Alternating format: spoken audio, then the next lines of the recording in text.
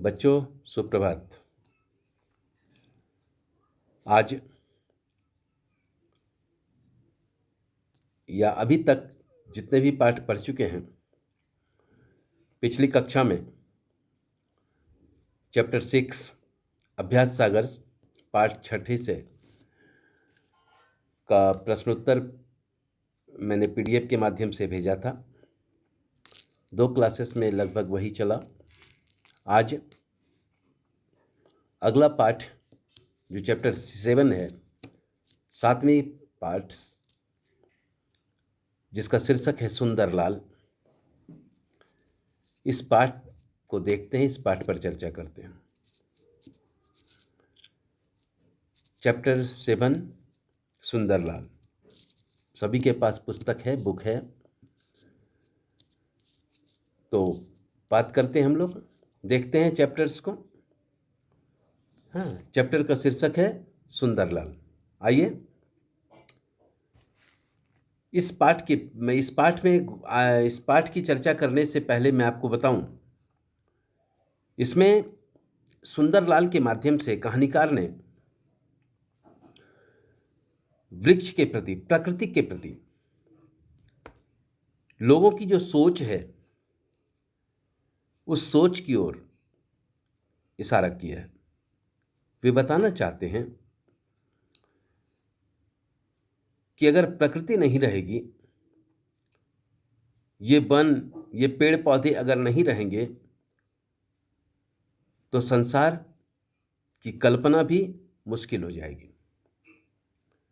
लेकिन आज लोगों की जो सोच होती जा रही है, लोग अपने स्वार्थ में अपनी आवश्यकता को पूरा करने के लिए जंगलों को, वनों को काटने पर तुले हुए हैं। इससे हानि कितनी होगी, इससे लॉस कितना होगा, लोग ये नहीं समझते। यहां पर एक छोटे से बच्चे जिसका नाम है सुंदरलाल, सुंदरलाल के माध्यम से लेखक ने लोगों को यह बताने का प्रयास किया है, यह दिखाने का प्रयास किया है कि जंगल से, वनों के न रहने से प्रकृति का विनाश, संसार का विनाश हो जाएगा। यह सोच कर ही सुंदरलाल नामक एक लड़के ने लोगों को वन को काटने से, पेड़ों को काटने से मना किया। और यह सोच भविष्य में पेड़ों की रक्षा के लिए, वृक्षों की रक्षा के लिए, वनों की रक्षा के लिए एक अच्छा मापदंड बना। तो आइए देखते हैं हम सुंदरलाल को। सुंदरलाल एक बालक, एक बच्चा है जो पेड़ों से प्रेम करता है, और उसी का उल्लेख आरंभ करते हैं यहाँ। सुंदरलाल 6ठी कक्षा में पढ़ता था। उसे पेड़ लगाने का बहुत शौक था। वह एक पहाड़ी गांव में रहता था।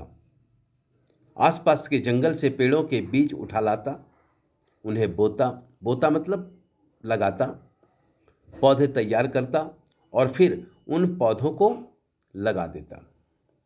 माने कहने का ये है कि वो जंगल से पेड़ों के बीज एकत्रित करता, जमा करता, और वो अपने घर के आसपास जो खाली ज़मीन था, खाली पड़ी हुई ज़मीन जो थी, उस ज़मीन पर उन बीजों को लगाता, बो देता, और उससे जब पेड़ तैयार होते तो उसे अलग अलग जगहों पर वो उसे लगा देता, रोप देता, बो देता,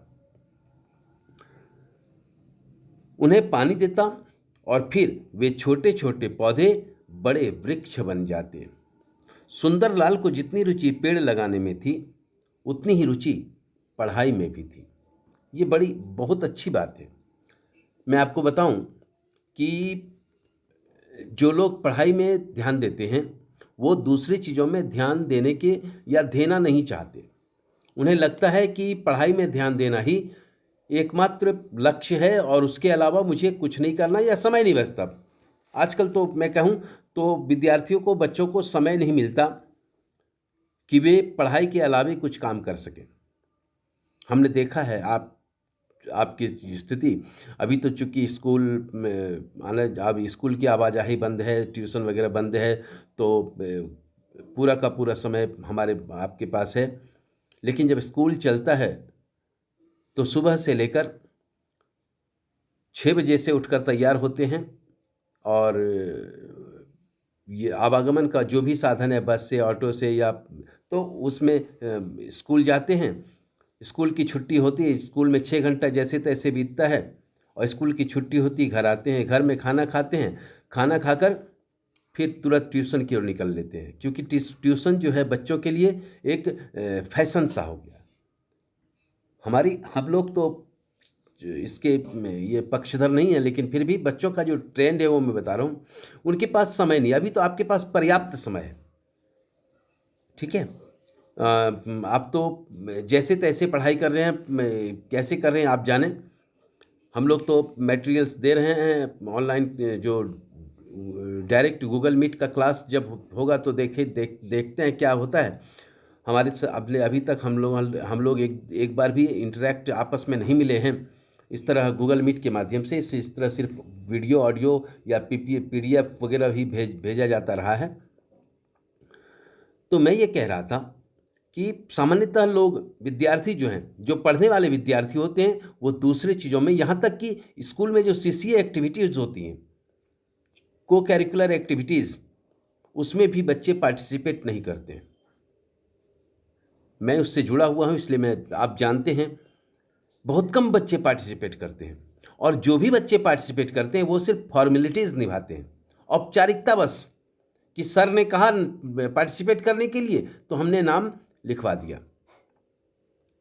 वो उस जहद के साथ, उस लगन के साथ उसमें जुड़ते नहीं, चाहे वो वाद विवाद प्रतियोगिता, भाषण प्रतियोगिता हो, या फिर हाँ, एक प्रतियोगिता है जिसमें बच्चे खूब मन से भाग लेते हैं, वो है ड्राइंग प्रतियोगिता, चित्र बनाने वाली। उसमें बच्चों को मौका मिले, बच्चे अपने सामान लेकर पहुंच जाते हैं, और फिर उसमें तन मन से उसमें संलग्न हो जाते हैं, लग जाते हैं। लेकिन बाकी प्रतियोगिताओं में कभी भी ज़बरदस्ती बच्चों से कहा जाता है कि बच्चों अब पार्टिसिपेट करो, तो वे नाम लिखा लेते हैं, और जैसे ही माइक पर या मंच पर आते हैं फिर दाएं बाएं देखने लगते हैं। ये प्रवृत्ति, मेरा कहने का मतलब है कि ये सामान्य सी प्रवृत्ति है बच्चों की। जो पढ़ने में भाग लेते हैं, जो पढ़ने में अच्छे होते हैं, वे दूसरी चीज़ों में पार्टिसिपेट नहीं करते, प्रतिभागिता नहीं निभाते हैं। ये उनकी सोच है कि उसमें अगर हम पार्टिसिपेट करेंगे, उसमें अगर प्रतिभागिता निभाएंगे, तो हमारी पढ़ाई का वो क्षण है, पढ़ाई का समय वो कम जाएगा। लेकिन आप जानते हो, सभी ने ये कहा जाता है कि स्वस्थ तन में ही स्वस्थ मन का निवास होता है, और मन स्वस्थ होगा तभी शिक्षा के अंकुर, शिक्षा के दीप ज़्यादा प्रकाशित हो सकेंगे। मतलब कि जब शरीर स्वस्थ होगा तभी ज़्यादा पढ़ाई के लिए अन्य मेहनत कर पाएंगे। और शरीर स्वस्थ कैसे होता है? व्यायाम करने से, खेलने से। सिर्फ पढ़ने और खाने से शरीर स्वस्थ नहीं होता। शरीर को स्वस्थ, मजबूत बनाने के लिए परिश्रम करना पड़ता है, वर्कआउट करना पड़ता है। तो सुंदरलाल की खासियत ये थी कि सुंदरलाल पढ़ाई के साथ साथ अन्य एक्टिविटीज़ में, अन्य जो कार्यक्रम होते थे, उसमें वो वैसे ही पार्टिसिपेट करता था, वैसे ही भागीदारी निभाता था। यहाँ पर वही चीज़ वर्णन कर रहे हैं लेखक। तो हाँ, और वह रोज नियमित रूप से स्कूल जाता था। नियमित मतलब रेगुलर, कभी भी स्कूल नागा नहीं करता था, स्कूल छोड़ता नहीं था। गुरुजी जो पाठ पढ़ाते उसे पूरी तरह से याद करता, और परीक्षा में सदा प्रथम आता। याद रखें, ये बहुत सुंदर यहाँ पर लेखक ने बताया है कि शिक्षक, गुरुजी मतलब शिक्षक। अब गुरुजी वो ऋषि मुनि वाले, आश्रम वाले गुरुजी तो होते नहीं, अब तो शिक्षक होते हैं, टीचर्स।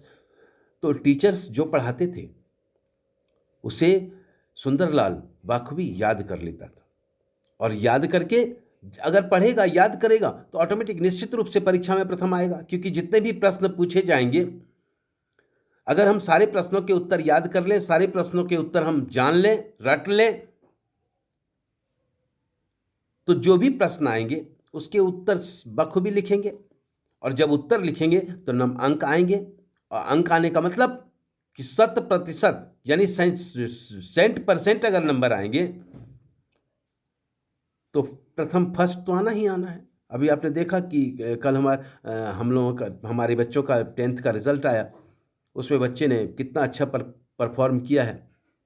40 बच्चे, ऐसे 40 बच्चे थे जिन्होंने 90% से 90% से ऊपर स्कोर किया है। और जो टॉप हुआ, विद्यालय का जो सबसे, जिसने प्रथम स्थान प्राप्त किया, उसका परसेंटेज 98.8 था। स्टेट में वो सेकंड पोजीशन पर था। वैसे भी नेशनल लेवल पर, सीबीएसई का नेशनल लेवल पर जो परीक्षा थी सीबीएसई की 10th बोर्ड की, उसमें जो बच्चा फर्स्ट आया है उसका 99.6% है। ठीक है, यानी 1% से भी कम लेकर आया है हमारा बच्चा, जो स्टेट में सेकंड टॉपर था और स्कूल और जिला का टॉपर रहा। तो कहने का तात्पर्य, ये कौन करता है? सारे बच्चे क्यों नहीं करते हैं? या 40 बच्चे 90% लेकर आए, बाकी बच्चे नहीं लाए, क्यों? क्योंकि वो बच्चे पढ़ाई पर ध्यान नहीं देते, मन से पढ़ते नहीं हैं, याद नहीं करते। आप अगर याद करोगे, आप अगर याद करेंगे, सारे प्रश्नोत्तर अगर याद कर लेंगे सारे विषयों के, तो निश्चित रूप से परीक्षा में अच्छे अंक आएंगे। जो भी प्रश्न मिलेगा उसका उत्तर लिखेंगे तो परीक्षा में अच्छे अंक आएंगे। इसलिए बच्चों, आज इतना ही करके कक्षा समाप्त करते हैं। धन्यवाद। फिर अगली कक्षा में।